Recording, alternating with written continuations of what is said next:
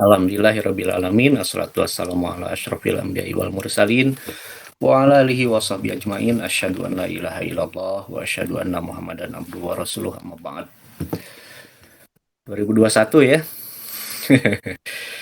Eh, ada saran gitu ya, kalau udah masuk usia 25, umur itu udah nggak usah dihitung lagi. Jadi umur itu 25 plus gitu udah.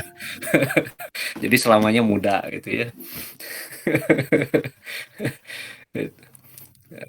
Karena makin bertambah usia, apalagi yang udah masuk 40 katanya ya, itu kalau menghitung umur itu bisa jadi sumber penyakit katanya. Makanya ada saran, udah katanya umur itu lupakan saja katanya. Gitu ya, jalani saja hari-hari itu. Kalau usia kangaan, ngitung umur masih nggak jadi masalah. Gitu ya, udah nggak jadi masalah. Tapi kalau buat Kang Oki itu udah jadi masalah. Gitu tuh. Jadi umur manusia itu 25 plus itu udah. Nah, eh, manusia itu terbagi jadi beberapa macam ya, berdasarkan nanti nasibnya di hari kiamat. Ada orang yang di dunianya itu nggak pernah melakukan dosa. Nanti di akhirat langsung masuk surga. Nah, contohnya para nabi dan rasul ya. Beliau-beliau ini langsung masuk surga karena memang nggak pernah melakukan dosa. Kalau kesalahan ya melakukan, namanya nabi dan rasul juga, tapi bukan kesalahan yang bernilai dosa. Kesalahannya juga bahkan disengaja gitu ya, untuk mendidik umat gitu. Seperti Rasulullah SAW sholat zuhur atau asar 2 rakaat gitu kan, itu salah gitu, tapi emang salahnya itu disengaja gitu ya, diperintahkan oleh Allah gitu untuk mendidik umat. Kalau salah seperti itu bagaimana gitu ya. Nah seperti itu, ini kelompok pertama. Kelompok kedua, ada orang-orang yang di dunia itu melakukan dosa, mau besar mau kecil ya, tetapi kemudian sebelum meninggal dunia itu taubat. Ya, lebih bagus lagi kalau jauh-jauh sebelum meninggal ya. Tapi ini mah sebelum meninggal gitu, sebelum nafas itu sampai di sini, masih dibuka pintu tobat, dia bertobat gitu. Maka oleh Allah itu udah dijamin dosanya diampuni. Ya. Siapapun yang bertobat dengan taubatan nasuha, mau dosa besar mau dosa kecil itu pasti diampuni. Nah, orang seperti ini di hari kiamat ya langsung masuk surga. Ada kelompok ketiga, orang-orang yang di dunia melakukan dosa-dosa, terutama dosa besar, nggak sempat tobat gitu. Ya, nggak sempat tobat. Nanti di hari kiamat itu nasibnya ada dua kemungkinan. Bisa jadi Allah ampuni, maka dia langsung masuk surga.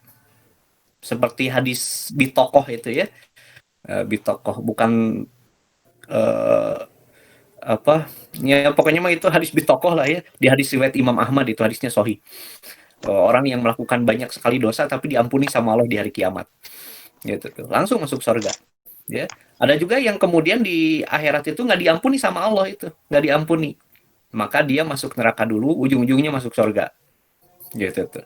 Karena muslim gitu ya, orang muslim itu pasti masuk surga walaupun ujung-ujungnya. Nah yang terakhir itu orang-orang yang di alam dunia ini mereka kafir gitu, mati dalam keadaan kafir, maka di akhirat mereka langsung masuk neraka dan kekal di dalamnya, seperti itu. Nah kita tentunya ingin gitu ya, semaksimal mungkin bisa jadi di kelompok pertama gitu, atau kedua atau ketiga ya. Kelompok pertama itu nggak pernah melakukan dosa langsung masuk surga, atau pernah melakukan dosa tapi kemudian tobat sebelum mati langsung masuk surga, atau melakukan dosa nggak sempat tobat tapi diampuni Allah langsung masuk surga. Kita inginnya kan seperti itu ya, inginnya seperti itu. Nah ketika kita membaca catatan sejarah itu ya, dan sejarah itu memang rata-rata perang ya, perang itu biasanya ya penggeraknya itu pimpinan, sehingga sering disebut bahwa sejarah itu sejarah perang katanya, biasanya seperti itu disebutnya itu. Nah kalau kita baca track record para pemimpin ya, dari mulai Namrud, Fir'aun gitu ya, Abu Jahal dan lain-lain, itu susah gitu mau masuk kelompok 1, 2, 3 itu. Terlihatnya gitu ya. Terlihatnya itu susah gitu tuh. Kalau tidak dirahmati oleh Allah, tidak diampuni oleh Allah tuh susah gitu. Orang-orang seperti ini masuk surga itu. Bahkan kalau Firaun kan nggak mungkin gitu ya. Abu Jahal itu nggak mungkin seperti itu.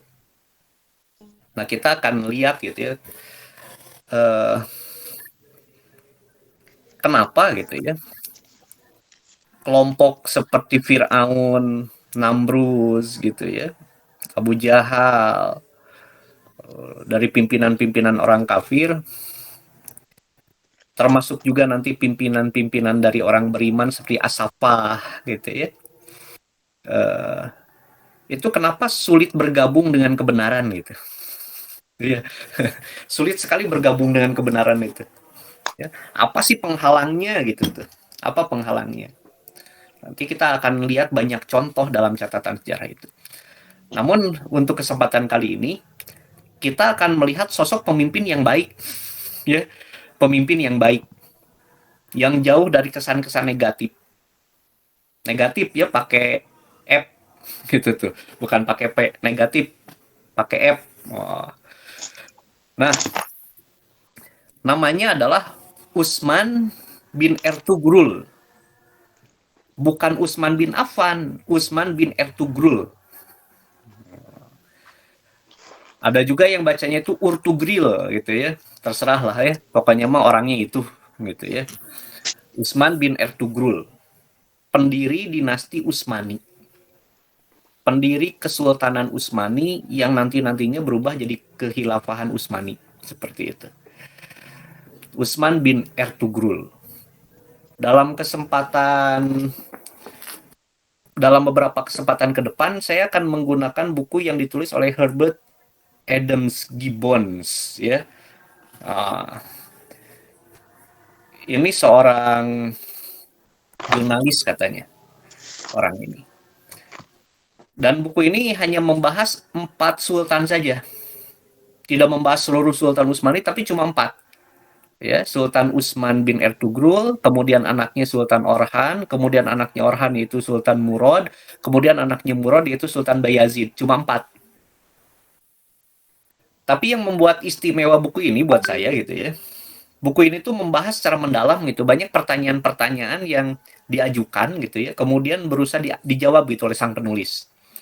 Yang tidak saya temukan di buku-buku yang lain gitu ya. Walaupun ini yang nulis memang orang barat, non-muslim ya, dan kita harus ya siap-siap pakai penyaring gitu kalau baca buku model gini. Karena pasti ada dalam tanda petik racun-racun yang masuk walaupun mungkin nggak disengaja sama penulis gitu ya. Pasti ada lah gitu ya. Pasti ada gitu tuh. Nah, karena itu perlu hati-hati. Tapi emang buku-buku kita gitu jarang ada yang cara bahasnya itu seperti ini gitu ya. Jarang gitu seperti itu. Jarang sekali. Nah, pembahasan tentang Utsman bin Ertugrul ini dalam buku ini gitu ya. Ada 9 hal yang akan saya ambil gitu. Yang semuanya emang tercantum dalam buku ini. Ya, tidak saya ambil dari buku yang lain enggak. Gitu ya. Walaupun nanti penjelasannya ada yang saya ambil dari penjelasan-penjelasan yang lain. Tapi untuk inti-intinya saya ambil semuanya dari buku ini. Karena judulnya juga buka buku gitu ya. Ini sengaja 2021 ini semua kajian saya kasih judul buka buku. Ya ini dorongan gitu. Dorongan buat terutama yang saya kenal gitu ya untuk memulai baca buku gitu ya. Ngapain sih orang lagi rame-rame kayak gini gitu ya, Indonesia politik lagi panas gitu ya, kok malah ngasih solusi baca buku gitu ya. Saya punya keyakinan gitu bahwa yang dihadapi Rasul sallallahu alaihi wasallam itu adalah zaman yang paling berat gitu. Makanya Rasul hadir pada masa itu gitu ya. Dan ternyata solusi yang Allah kasih, langkah awal untuk menyelesaikan semua solusi itu ternyata perintahnya bukan sholat gitu. Perintahnya bukan saum, perintahnya bukan zakat, perintahnya bukan haji, perintahnya bukan jihad, perintahnya bukan kurban, perintahnya bukan akikah, bukan gitu. Tapi ternyata untuk mengatasi semua solusi itu, perintah pertamanya, langkah awalnya itu ikro gitu. Walaupun ikro itu nggak cuma bermakna membaca ya, tapi salah satu makna dari ikro itu memang membaca gitu. Nah karena itu ya ini dorongan aja dari saya secara pribadi gitu ya, kepada yang saya kenal untuk mulai membaca gitu. Walaupun sehari itu cuma 10 halaman ya, sehari 10 halaman, sehari 10 halaman gitu ya. Dikali 10.000 hari kan lumayan jadi 100.000 halaman ya. Gitu tuh. Jadi mudah-mudahan di 2021 ini dengan tagline-nya buka buku, kita mulai membiasakan buka buku. Ya walaupun mungkin awal-awalnya buka bukunya itu novel gitu ya, buka bukunya itu komik misalnya gitu. No problem, karena nanti kalau kita udah seneng baca, nanti nyambung ke semuanya gitu. Nyambung ke semuanya nantinya itu. Ya, insya Allah seperti itu. Nggak perlu dipaksakan harus belajar fikih dulu gitu ya, nggak gitu ya. Nggak perlu dipaksakan misalnya belajar teologi dulu, nggak. Kalau belum seneng gitu ya, baca juga ngantuk nantinya kalau belum seneng itu. Yang penting itu pertama senang dulu, ya senang dulu. Nanti kesananya itu akan senang ke semuanya, gitu ya. Insya Allah seperti itu. Nah, eh, di dalam buku ini memang dibagi dua itu. Sejarah Utsman itu dibagi dua antara biografi Utsman sebagai tokoh sejarah dengan biografi Utsman sebagai tokoh legenda. Gitu. Itu dibahas oleh Gibbons ini ya, antara Utsman dalam sejarah dengan Utsman dalam legenda. Jadi seorang tokoh bisa disebut tokoh sejarah itu emang ada syaratnya, yaitu kisah hidupnya itu dicatat oleh orang sezaman gitu. Baru bisa dikatakan tokoh sejarah. Ya. Tapi itu tidak berarti bahwa orang-orang yang tidak dicatat oleh tokoh sezaman berarti orang itu nggak ada, nggak gitu juga gitu ya, nggak gitu juga seperti itu.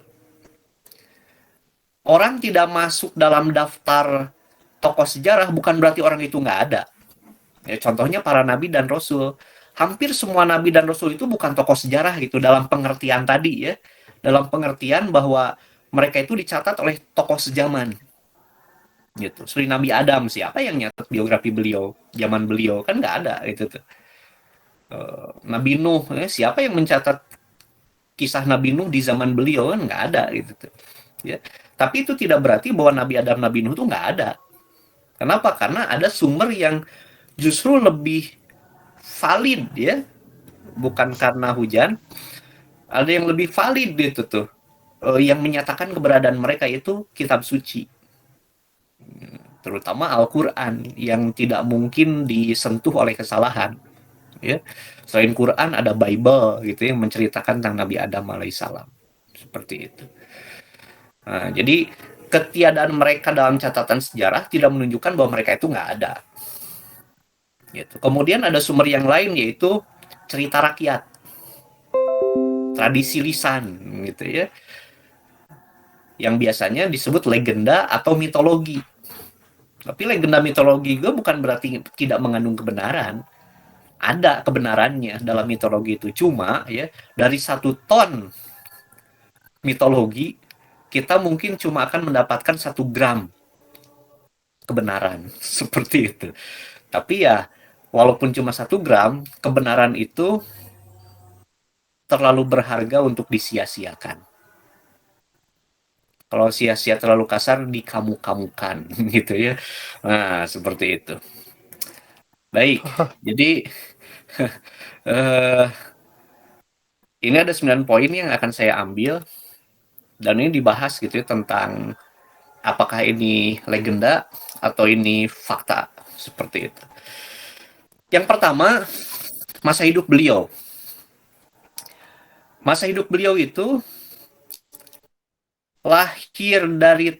lahir pada tahun 1258 dan wafat tahun 1326. Ya. Lahir 1258, wafat tahun 1326. Nah, tentang kelahiran beliau tahun 1258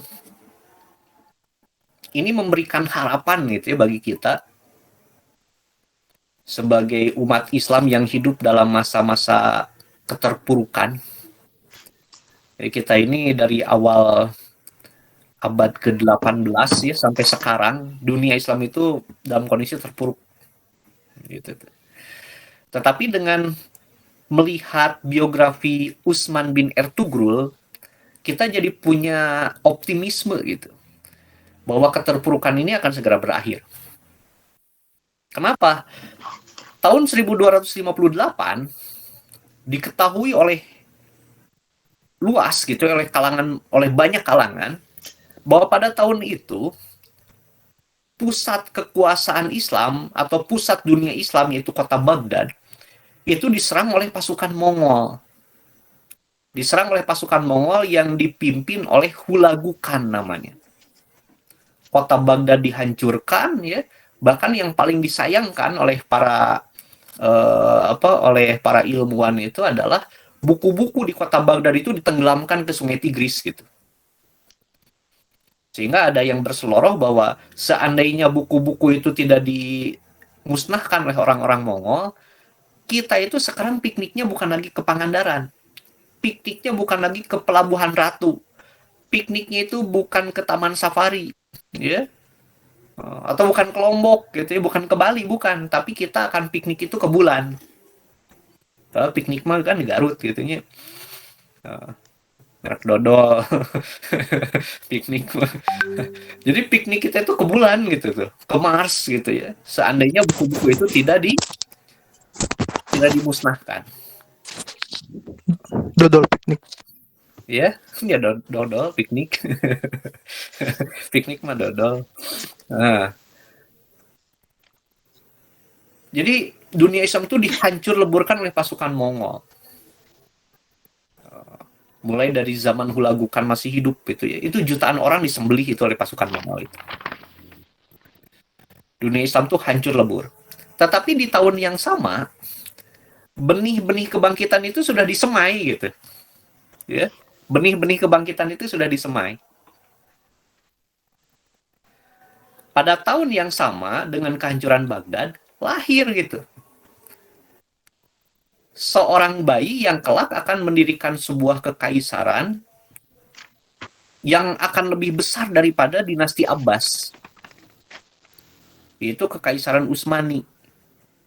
Yang pendirinya adalah Utsman bin Ertugrul yang lahir tahun 1258. Gitu. Ya. Jadi bersama dengan kehancuran itu ada benih-benih kebangkitan.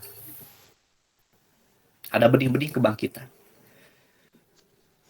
Dan ini sesuatu yang mengagumkan gitu ya. Antara kehancuran dengan kebangkitan itu ada bersamaan di tahun yang sama. Yaitu tahun 1258. Nah, cuma memang bab ini gitu ya dicantumkan oleh penulis tetapi tidak dibahas dari mana ini sumber pernyataan bahwa beliau itu lahir tahun 1258. Apakah dari tradisi lisan yang berarti legenda gitu ya, ataukah ada misalnya di prasasti di makam atau apa, ini nggak disebutkan gitu. Ya sayangnya itu ya. Padahal hal-hal lain itu dibahas sumber-sumbernya dari mana gitu ya. Nah, bab yang ini tidak dibahas. Tapi penulis seolah-olah menguatkan bahwa Utsman bin Ertugrul itu memang lahir tahun 1258. Gitu ya. Sebagaimana disebutkan oleh penulis-penulis yang lain, termasuk oleh Profesor siapa tuh Ali Muhammad Shalabi ya, dalam bukunya Daulah Utsmani. Itu disebutkan tahun 1258. Atau dalam buku-buku yang lain gitu ya, misalnya buku yang lain lah gitu ya. Malas nyarinya gitu tuh. Ya, itu poin pertama. Poin kedua, ini berupa pertanyaan. Apakah Utsman itu seorang pangeran muslim? Maksudnya begini, Apakah Utsman itu lahir dari keluarga Muslim dan orang tuanya itu merupakan tokoh-tokoh masyarakat atau penguasa pada zamannya? Nah, dalam semua sumber yang lain yang saya baca itu ya iya jawabannya itu. Jadi Utsman itu lahir dari keluarga Muslim dan keluarganya itu memang keluarga penguasa itu, keluarga raja, keluarga sultan, ya. Dari sumber-sumber yang lain seperti itu. Mau misalnya karya Colin Imber ya, Kerajaan Ottoman itu judulnya. Kemudian karya John Prilly ya, Sang Penakluk itu, Kang Muhammad Al-Fatih. Atau misalnya Alwi Alatas itu Sang Penakluk Konstantinopel bukunya judulnya. Itu juga sama seperti itu. Bahwa beliau ini turunan dari Ertugrul, Amir dari apa sebuah emirat atau sebuah pemerintahan yang dipimpin oleh Ertugrul, ya seperti itu. Nah, tapi penulis buku ini, Jejak Awal Khilafah Utsmani, ini membongkar gitu masalah ini. Betulkah Utsman itu lahir dalam keadaan Muslim? Kalau itu mah benar gitu ya. Semua orang itu lahir Muslim. Mau bapaknya Hindu, Buddha, Kristen itu semua lahir Muslim itu mah, gitu ya. Itu jelas hadisnya di Sahih Bukhari itu. Syarahnya dari Ibnu Hajar juga jelas gitu ya bahwa semua orang itu lahir Muslim gitu ya. Lahir Muslim, semua orang gitu mah. Tapi apakah Utsman ini lahir dari keluarga Muslim? Dalam arti Ertugrul bapaknya dan ibunya itu Muslim. Gitu tuh. Nah ternyata menurut penelusuran dari penulis Jejak Awal Khilafah Utsmani ini, sangat dimungkinkan bahwa Ertugrul itu sebetulnya bukan Muslim. Kakeknya Sulaiman Khan itu bukan Muslim. Atau mungkin gitu ya, Ertugrul itu adalah orang pertama dari silsilah keluarganya yang masuk Islam. Atau lebih mungkin lagi Utsman lah orang pertama dari keluarganya itu yang pertama masuk Islam. Gitu. Dan itu dijelaskan ya, dijelaskan panjang lebar oleh penulis buku ini. Di antara penjelasannya bahwa orang-orang Turki Seljuk itu tidak diragukan lagi mereka Muslim. Ya, mereka Muslim orang-orang Turki Seljuk ini. Tetapi orang-orang Turki yang lain yang datang ke wilayah Turki sekarang setelah peristiwa pembantaian oleh orang-orang Mongol, mereka itu tidak ada data, tidak ada berita bahwa mereka pernah masuk Islam. Orang yang datang dari luar wilayah Islam, itu orang-orang Turki yang hidup di luar wilayah Islam, tidak ada bukti bahwa mereka itu pernah masuk Islam. Dan Sulaiman Shah itu gitu ya, kakeknya dari Sultan Utsman, itu orang-orang yang berada di luar wilayah Islam. Orang Turki yang berada di luar wilayah Islam. Dan tidak ada catatan apapun itu yang mengatakan bahwa mereka pernah masuk Islam. Gitu tuh. Itu yang pertama. Ya. Kemudian dari kisah-kisah rakyat yang beredar, ada kisah seperti ini. Pada suatu hari Utsman datang ke rumahnya Syekh Ede Bali. Ya, datang ke rumahnya Syekh Ede Bali. Kemudian Utsman melihat sebuah buku. Ditanya oleh Utsman ini ke Syekh Ede Bali. Ini apaan katanya? Oh, itu Al-Quran. Apaan Al-Quran? Itu firman dari Allah katanya, dari Tuhan. Boleh saya baca? Silakan baca. Maka sambil berdiri Utsman kemudian membaca Al-Quran itu. Ya, setelah membaca Al-Quran sambil berdiri tertidur setelah membaca itu. Kemudian beliau bermimpi gitu tuh. Karena engkau telah membaca kitabku katanya dengan penuh penghormatan sambil berdiri gitu ya. Berdirinya itu dalam rangka menghormati, maka nanti anak keturunanmu akan menjadi penguasa dunia seperti itu. Nah, dari kisah ini tampak jelas bahwa Utsman waktu itu belum kenal yang namanya Quran. Gitu ya. Artinya bukan muslim gitu tuh. Artinya bukan muslim. Tetapi dalam versi yang lain ya, cerita tentang membaca Quran ini dinisbatkan, dikaitkan kepada bapaknya Utsman, yaitu Ertugrul. Gitu. Dikaitkan kepada bapaknya Utsman, yaitu Ertugrul. Jadi ada dua riwayat tentang Quran, tentang cerita Quran ini. Ada yang menisbatkan kepada Ertugrul, ada yang menisbatkan kepada Utsman. Gitu. Nah, ini yang dipakai dalil oleh penulis buku itu ya, bahwa bisa jadi Usman itu pas lahir orang tuanya bukan muslim. Sehingga yang ditonton Kang Aris gitu misalnya dirilis Ertugrul gitu ya, jadi buyar lagi gitu tuh. Ya, emang yang namanya film ya film gitu ya. Yang namanya film tuh film gitu. Tapi ketika kita bicara sejarah itu bisa jadi pusing lagi gitu ya. Tapi ada kemungkinan juga bahwa film itu benar gitu. Karena ya tadi ada versi yang lainnya lagi gitu ya, ada versi yang lainnya lagi. Seperti itu. Itu satu. Kemudian cerita yang kedua. Cerita yang kedua ya. Cerita yang kedua itu tentang mimpi Usman. Ini berarti nomor 4 nih. Sekalian nomor 4 ya. Sekalian nomor 4. Jadi pada suatu hari Usman itu datang ke rumahnya Syekh Ede Bali. Kemudian Usman ini meminta kepada Syekh Ede Bali untuk menikahkan beliau dengan putri Syekh Ede Bali. Namanya Malkhatun. Ya, Malkhatun namanya. Tapi ditolak. Itu selama 2 tahun berturut-turut ngolo teh apa ya bahasa Indonesianya ya? Ngolo bahasa Indonesianya apa ya? Membujuk. Membujuk, merayu ya. Ngolo. Nah, itu membujuk Syekh Ede Bali untuk menikahkan putrinya dengan beliau. Ternyata ditolak terus. Sampai suatu hari Usman ini tertidur di rumahnya Syekh Ede Bali ini. Pas lagi tidur, beliau bermimpi. Beliau lagi berbaring dalam mimpinya itu sementara Syekh Ede Bali sedang berdiri. Tiba-tiba dari dadanya Syekh Ede Bali muncul rembulan. Kemudian rembulan ini masuk ke dalam dadanya Usman.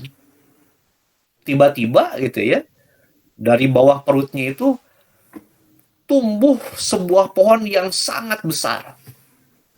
Yang dahan-dahan, ranting-ranting, dan daun-daunnya itu kemudian meliputi seluruh dunia. Terlihat ada sungai Efrat, Tigris, Nil, dan sungai Danube. Ada gunung Taurus, ada gunung ini, gunung itu. Gitu ya. Kemudian daun-daun dari pohon ini tiba-tiba mulai memanjang jadi pedang. Dan semuanya kemudian terbang ke arah Konstantinopel. Di situ ada cincin, diambil oleh Usman, kemudian pas mau dimasukkan ke jarinya, tiba-tiba terbangun.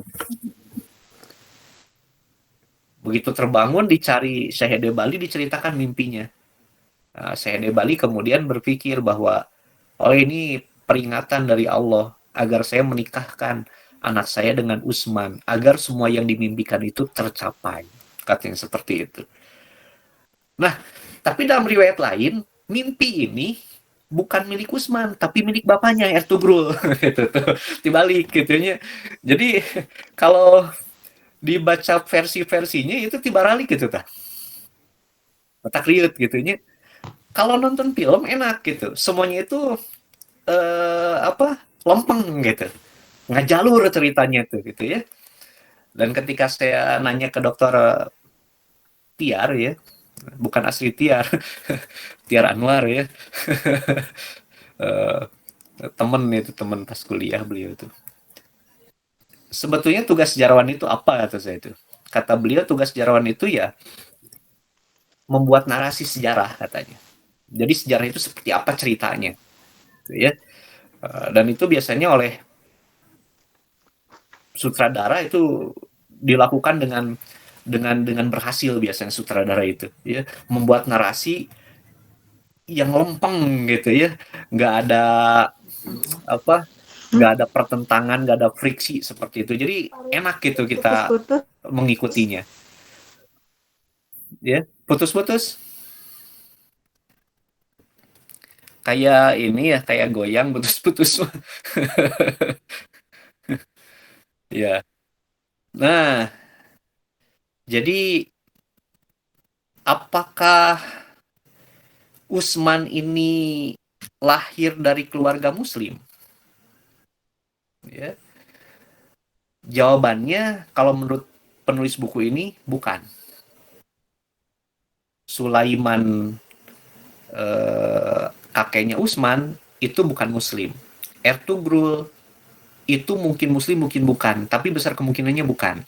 Utsman lah yang pertama kali masuk Islam di kalangan keluarganya. Itu kesimpulannya dari penulis buku ini, ya. Itu boleh setuju, boleh enggak, gitu ya. Boleh setuju, boleh enggak, gitu. Tapi ya penulis buku ini memberikan berbagai dalil seperti yang tadi dikemukakan, gitu ya. Dan ini yang kemudian menjadi alasan kata penulis buku ini kenapa Utsman itu begitu bersemangat menyebarkan agama Islam, karena beliau ini pemilik baru, pemeluk baru agama Islam, sehingga beliau itu begitu bersemangat mengajarkan Islam kepada tetangga-tetangganya yang non Muslim. Jadi desa-desa tetangga, kota-kota tetangga itu Kristen kebanyakan karena berbatasan dengan Bizantium, wilayah Utsmani itu.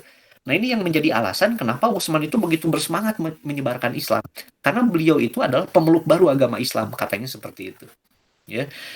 Nah, ini memang beda gitu dengan kesimpulan semua penulis lain yang pernah saya baca gitu ya. Sehingga buku ini bisa dibilang menarik gitu. Bukan karena nyelenehnya gitu ya, tapi ada ide baru gitu ya.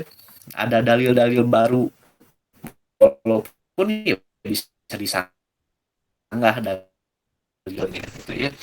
Uh, Seperti itu. Walaupun ini juga buku lama, ditulisnya itu tahun 1916. gitu tuh. Ini buku lama ya, buku lama. Baik, itu poin kedua. Poin ketiga, apakah Kesultanan Utsmani itu merupakan negara vasal dari Seljuk? Jadi bawahannya negara Seljuk. Pertanyaannya itu. Poin ketiga. Jadi dalam cerita-cerita yang sudah beredar luas, ketika Ertugrul itu dari negeri Syam masuk ke wilayah Turki sekarang, ya, masuk ke wilayah Turki sekarang, beliau tiba-tiba dihadapkan pada sebuah pertempuran. Ada pertempuran antara Kaisar Romawi atau tentara Romawi Bizantium dengan tentara Kesultanan Seljuk yang waktu itu dipimpin oleh sultannya langsung, yaitu Sultan Alauddin. Ya, ini Udin yang lain ini.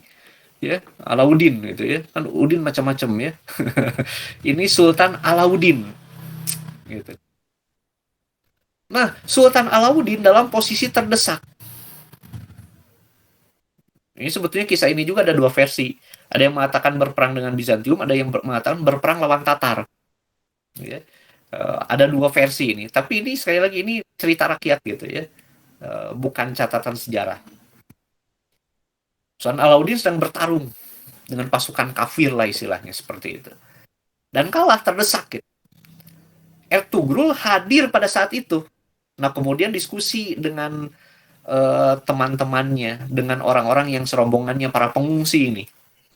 Ya. Gimana? Kita bantu jangan? Ya bantulah katanya. Tapi kita bantu yang mana nih? Bantu yang menang, bantu yang kalah.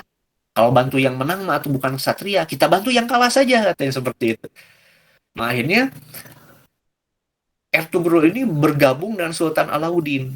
Dengan masuknya Ertugrul, maka pasukan Bizantium itu pun dikalahkan. Nah, berkat jasa dari Ertugrul ini, maka Sultan Alauddin kemudian menganugerahkan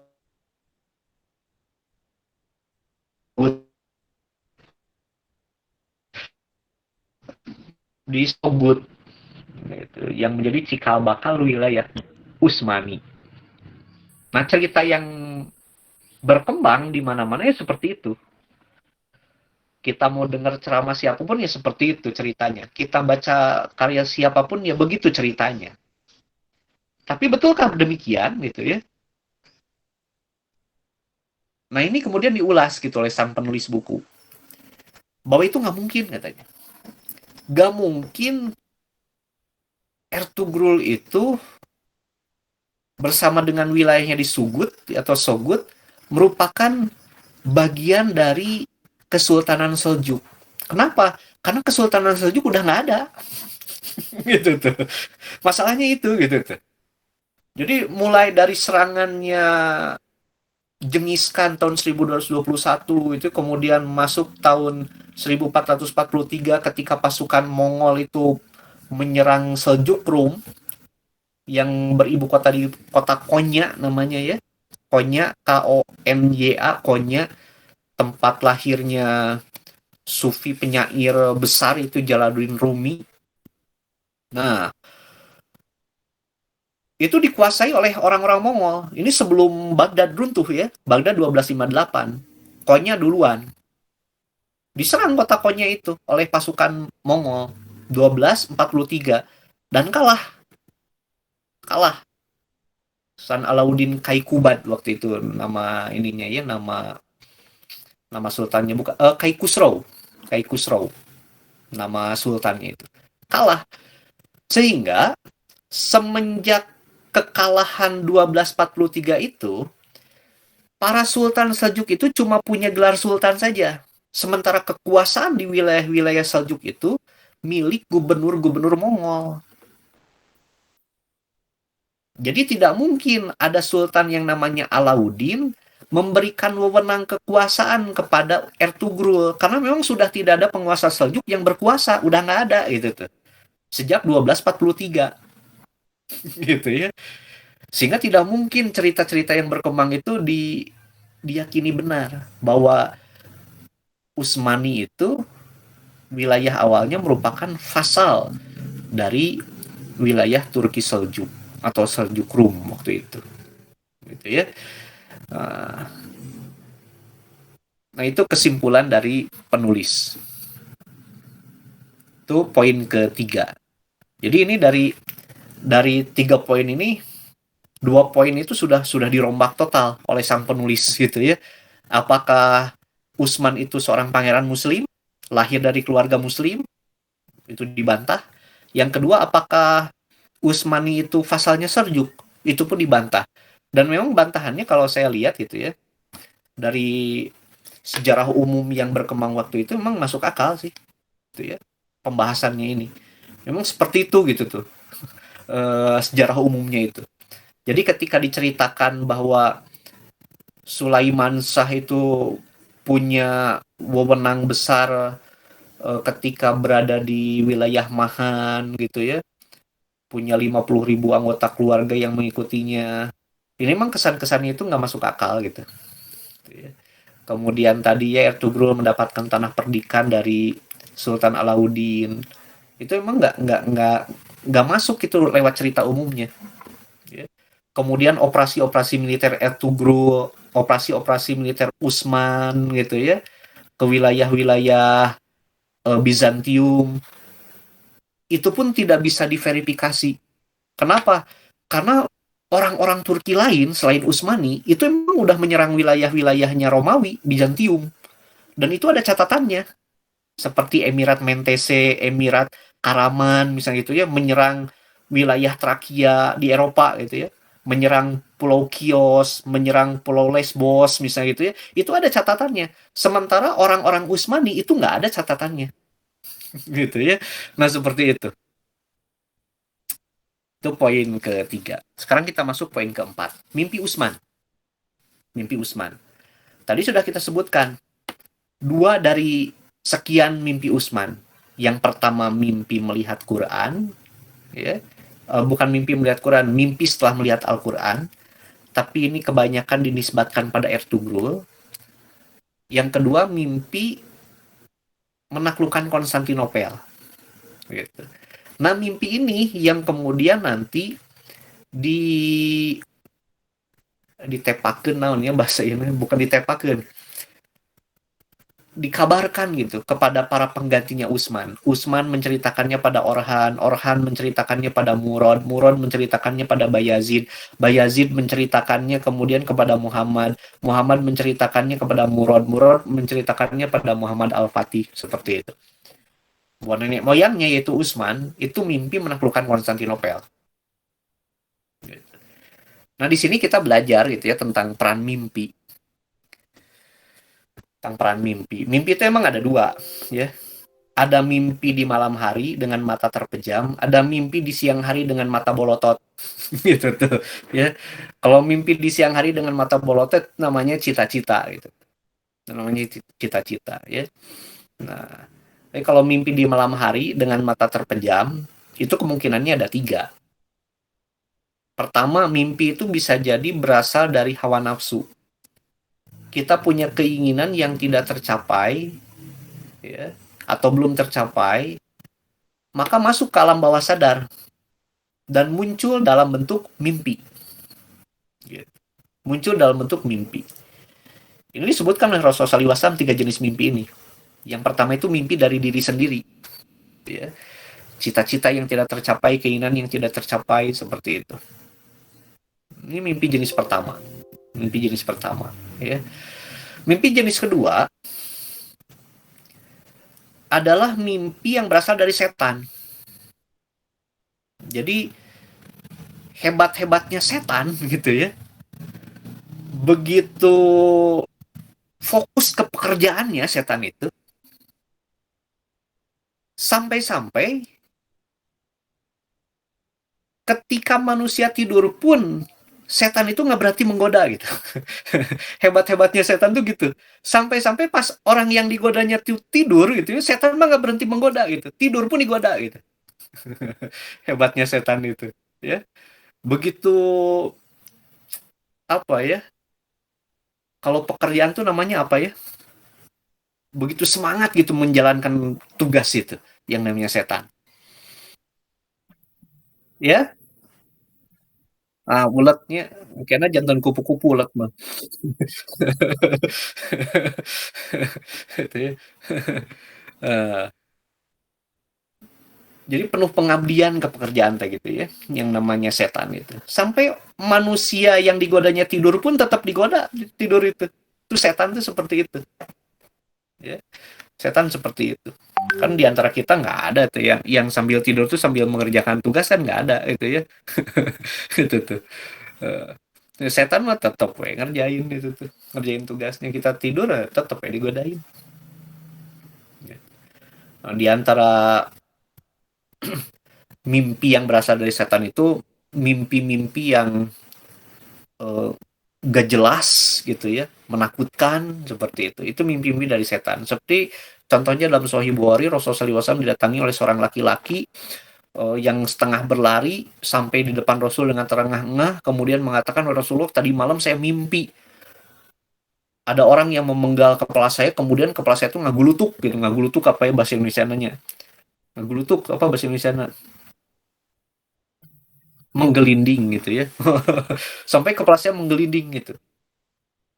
Ini bagaimana Rasulullah? Rasul ketawa waktu itu ya. Kata Rasulullah SAW, kamu kalau setan mengganggu kamu dalam tidur, kamu jangan ngomong ke siapa-siapa katanya. Cukup kamu meludah ke sebelah kiri 3 kali.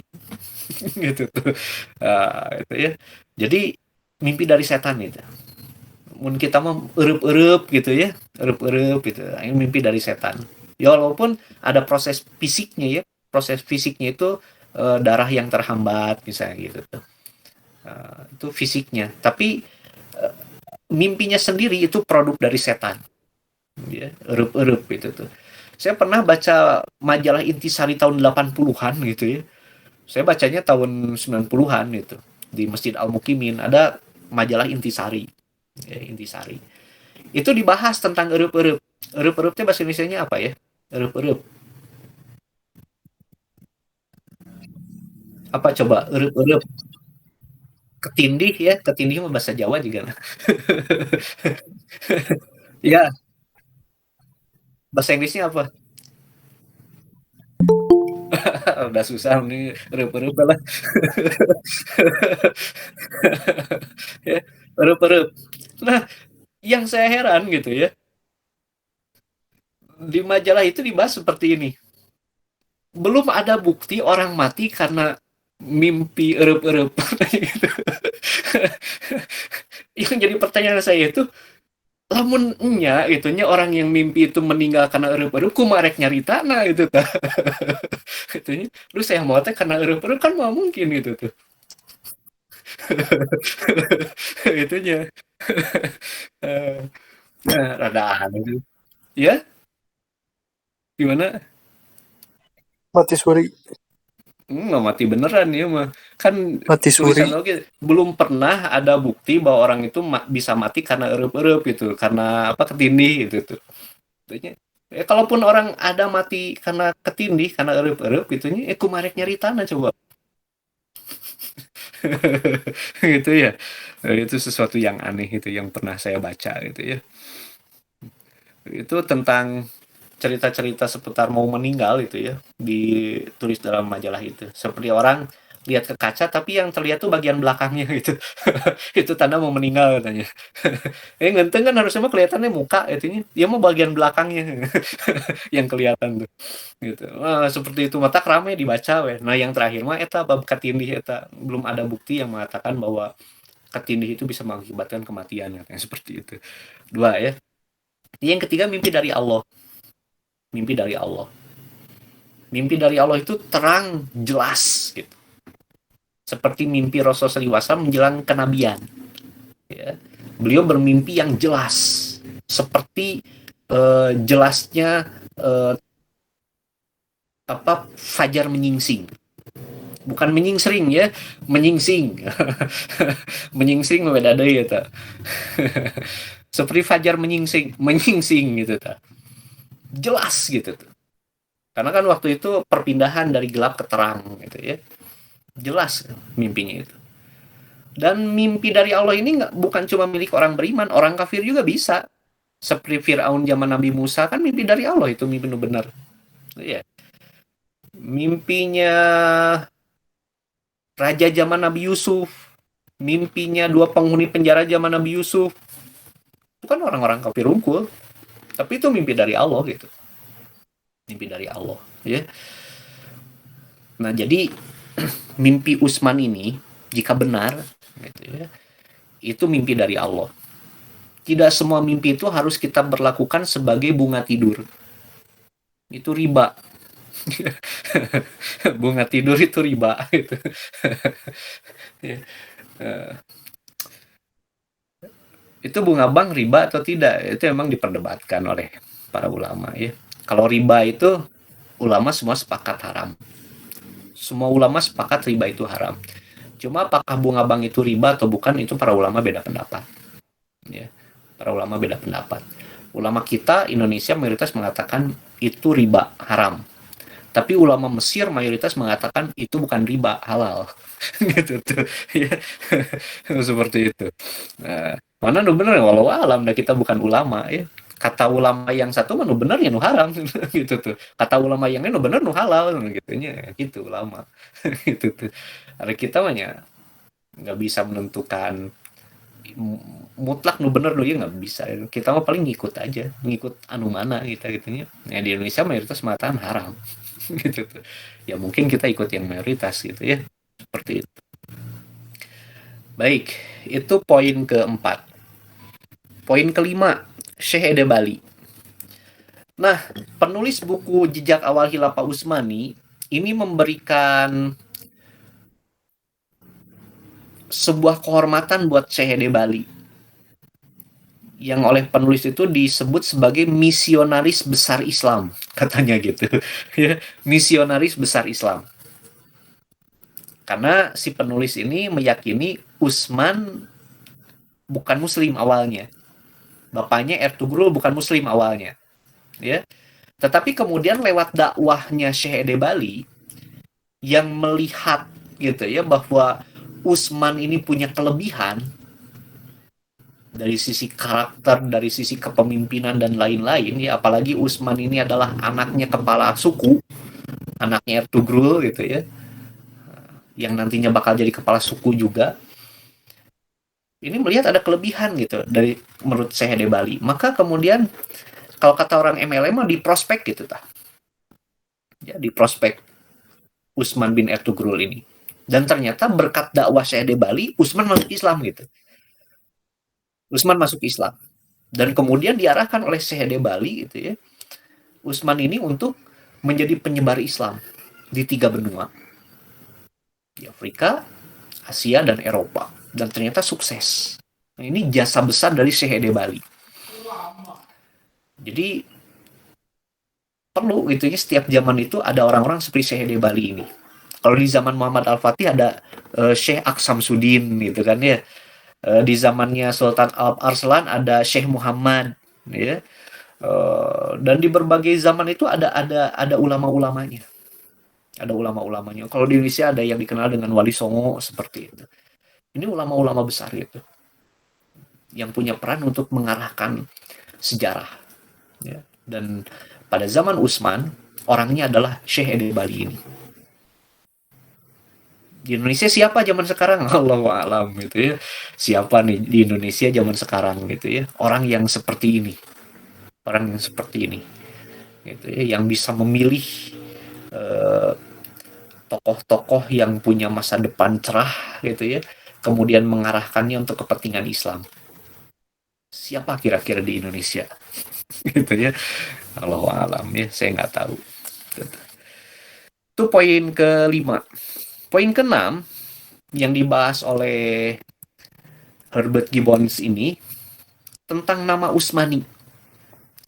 Negara ini namanya adalah negara Utsmani. Bukan Turki Utsmani.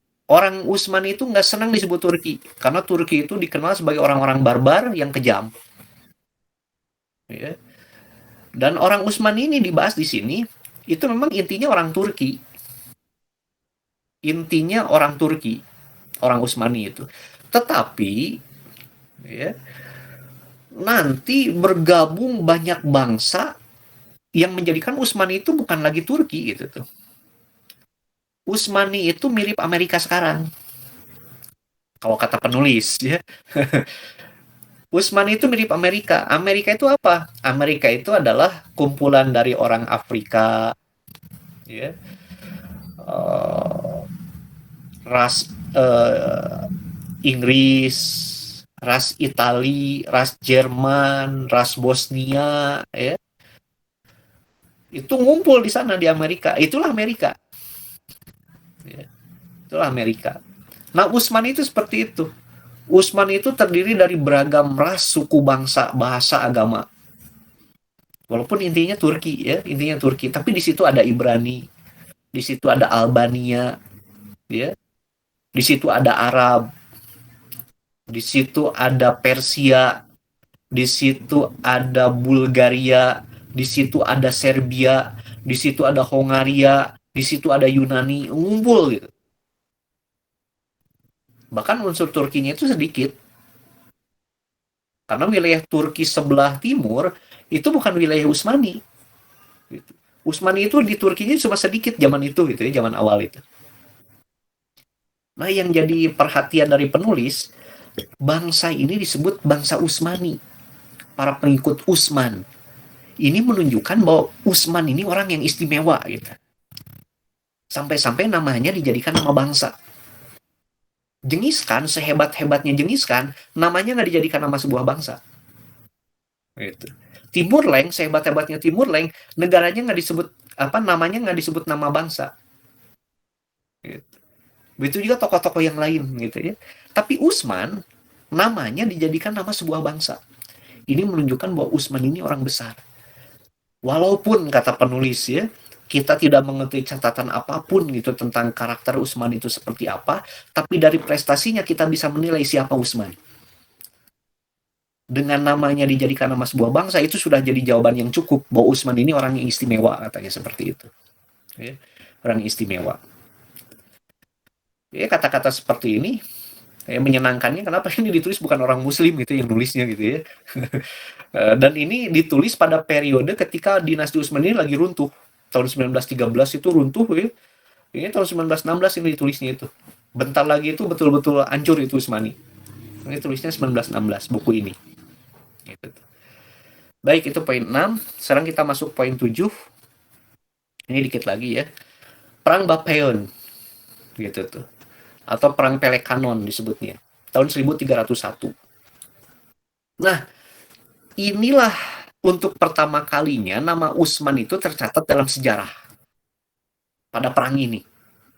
Jadi waktu itu yang namanya Kaisar Bizantium sedang menandatangani sebuah kesepakatan, tiba-tiba datang berita itu ya, ada orang yang bawa berita bahwa pasukannya kalah gitu tuh oleh sebuah pasukan yang dipimpin oleh Utsman dan orang-orangnya yang disebut dengan Utsmani, katanya seperti itu.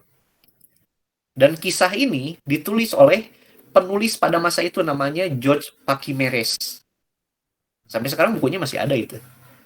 Nah, itulah untuk pertama kalinya ya orang-orang Utsmani itu dicatat dalam sejarah. Sehingga namanya Utsman bin Ertugrul ini jadi tokoh sejarah gitu tuh. Nah, cerita-cerita sebelum peristiwa ini itu disebutnya cerita legenda. Tapi sekali lagi cerita legenda bukan berarti tidak mengandung kebenaran gitu ya. Cuma untuk mengetahui benar enggaknya harus dikorek-korek dulu gitu. Seperti itu ya.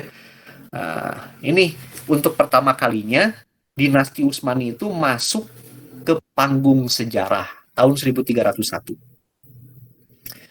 Poin ke-8. Udah jam 9 lebih ya. Pengepungan Brusa tahun 1317 sampai 1326, 9 tahun. Brusa atau sekarang disebut dengan Bursa ya. Kalau Nabi itu di mana ya pas Nabi itu dilindungi sama awan, kemudian ada pendeta Bahira itu teh di mana namanya tuh ya? Ada yang ingat nggak? Kota apa namanya itu tuh? Di Taib. Bukan, kan Toib. Nabi pas waktu kecil sama Abu Thalib pergi berdagang gitu ya. Tapi kemudian ada awan yang melindungi beliau, kemudian rombongan berlindung di sebuah pohon karena panas terik mentari, tapi kemudian ada pendeta Bahiro disebutnya itu melihat gitu ya, lalu dibawalah ke biaranya. Kota naon katanya?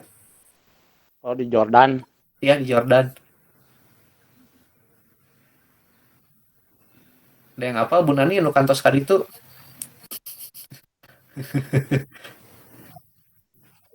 Syam bukan? Ya di Syam. Bukan, Bukhara mah tebih itu di Uzbekistan. Nah, eta lah bukan namanya, kayak pelarian. Iya, eta. Iya. Ya, eta lah bukan namanya. Ini mirip-mirip namanya sama bursa ini gitu tuh. Busro. Busro tah etanya. Nggak pakai mukodasnya. Busro. Nah, kadang-kadang suka terbalik ya, busro, bursa itu tuh. Suka terbalik gitu. Ya pernah ada ibu-ibu ya di mana itu tuh ya. Bertanya bahwa beliau tuh pernah ke Turki umroh plus gitu ya. Kemudian pemandunya itu bilang bukan Amirul Hajj lah naon pemanduna lah gitunya. Gaina bilang, "Nah, inilah kota dulu tempat Rasul sallallahu alaihi wasallam gitu ya. Dikenali oleh pendeta Bahiro katanya. Di Turki ya di bursa ini." Dibalik gitu. Bukan bursa itu mah gitu ya. Tapi naon tadi itu sebutnya? Busro. Busro gitu ya. Eta mah di Yordan gitu ya. Kalau bursa mah di Turki gitu tuh. Nah, hal seperti ini harus ada teliti gitu ya. Kenapa? Karena nanti peserta umroh pas pulang ke rumah gitu nyari-nyari nah salah gitu ta. Gitu ya. Fatal gitu ya. Masalahnya kan anu tugas guide gitu dibayarnya mahal gitu nya. Males-males teuing nyari data gitu ta. Harus rada serius gitu nya nyari data tong asal gitu tuh. Nah, seperti itu. Nah, nanti bursa ini ditaklukkan di hari kematiannya Sultan Utsman. Ditaklukkan oleh putranya yaitu Orhan. Dan akhirnya kota Bursa ini nanti dijadikan ibu kota pertama dinasti Utsmani. Terakhir, poin ke-9, beliau wafat tahun 1326. Titik. Alhamdulillahirabbil alamin. Silakan bagi yang mau menambahkan dipersilahkan. Saya kembalikan dulu ke Kang Giva. Ke siapa yang buka tadi? Kang An ya? Kang An. Ya.